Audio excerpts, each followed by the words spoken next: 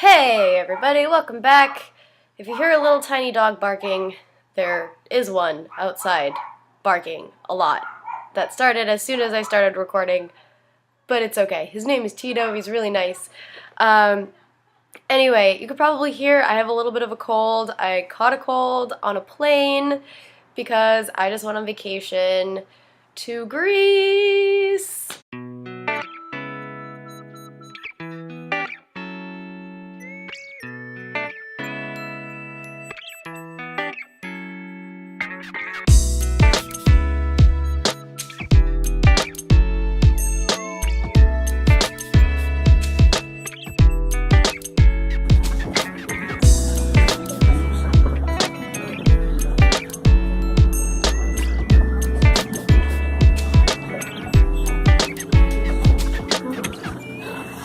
To Athens and Santorini and Crete, and when I got to the beach, I just ran into the water because it was May and it's high time that I get to the beach.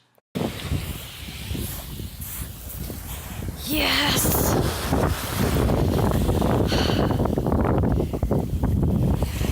It was so gorgeous. When I was on vacation, I was thinking a lot about the value of taking a break, and I was thinking about wrapping up the school year, and I know that when this video comes out, it'll be at the end of the school year for a lot of my viewers, so I wanted to talk about the time that I burnt out. Let me paint a picture for you. It's senior year at the New England Conservatory. I'm in one of the top orchestras. I played first clarinet on Miraculous Mandarin, which has multiple huge clarinet solos, and those solos are generally on audition lists. So it's an excerpt that clarinetists know really, really well, and I was super excited to play it, and I practiced the heck out of it.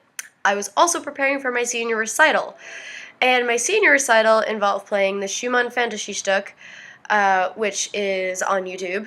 It involved playing the Debussy Premier Rhapsody, which was a piece that I was terrified of, but I figured the best way to get over my fear was to just practice it and perform it. I also prepared the Brahms Quintet, which is a massive 45-minute clarinet piece that is emotionally and physically and spiritually draining to listen to, let alone play. So I had a couple of lessons left after my senior recital, which was in April of that year. And at my next lesson, I was just like, I don't have anything to play. I only have a month left of lessons. I don't know what to do next.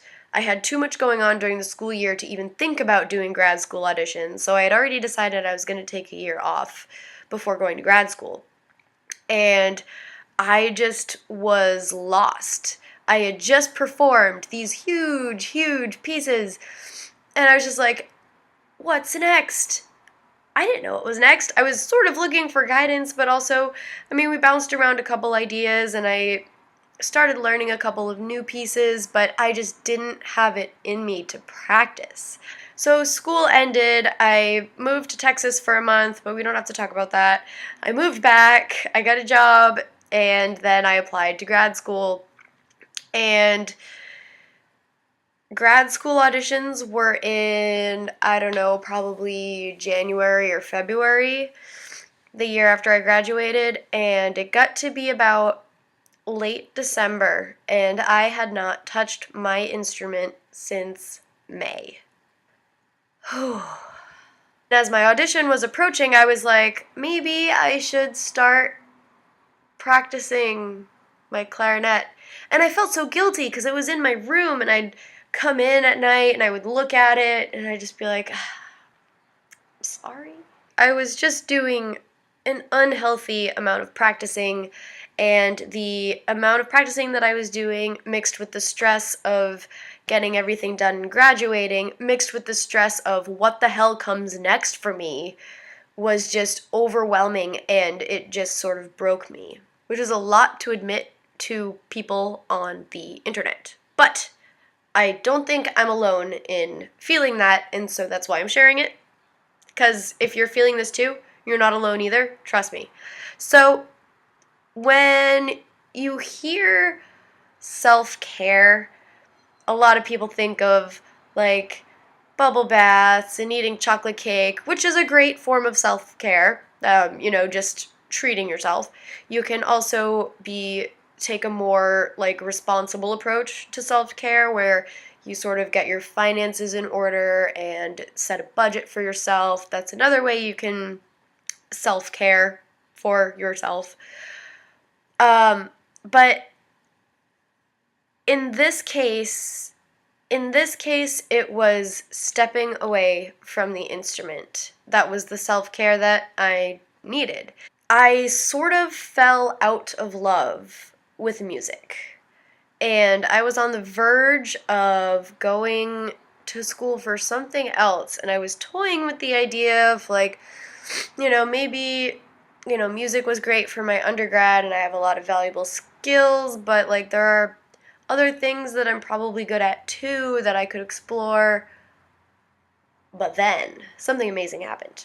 I saw an opera at the Met in New York, in Lincoln Center.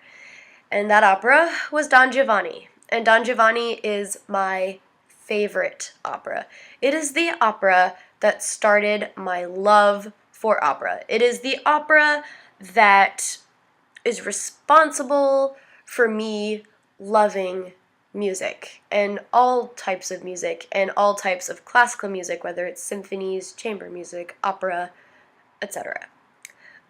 Mainly because when I was 15, I was grounded, and the only DVD that I had in my room was Don Giovanni, so I watched it like 5 times in one weekend. But regardless, I fell in love with it. It's kind of an inappropriate story, but the music is what really does it for me.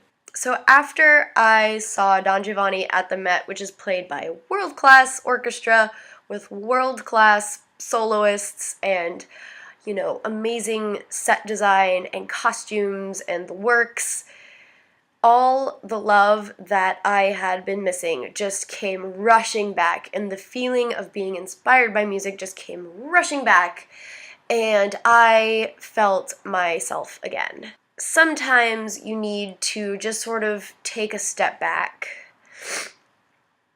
and you need to allow yourself to find the love and inspiration that you need in your heart to make music. So that's my story about how I burnt out and then came back to life.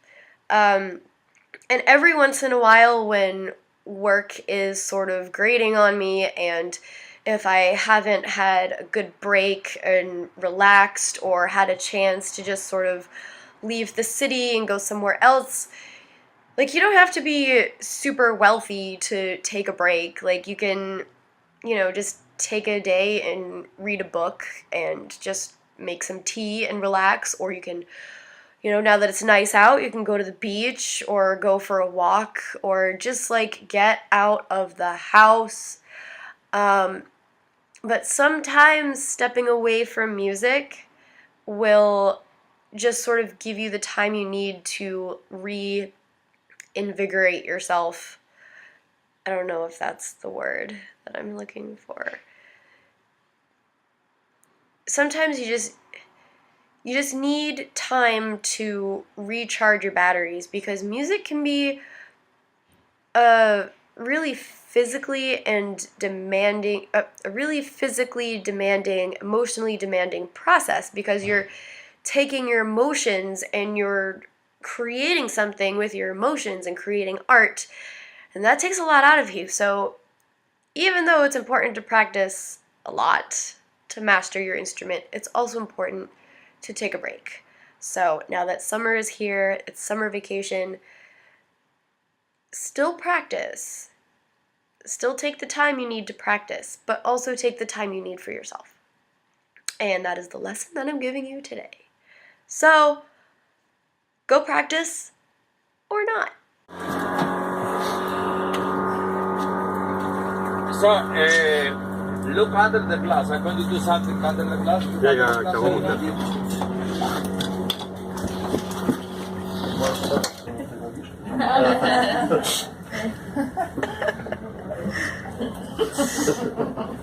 Snurrar han i masken, Stefan?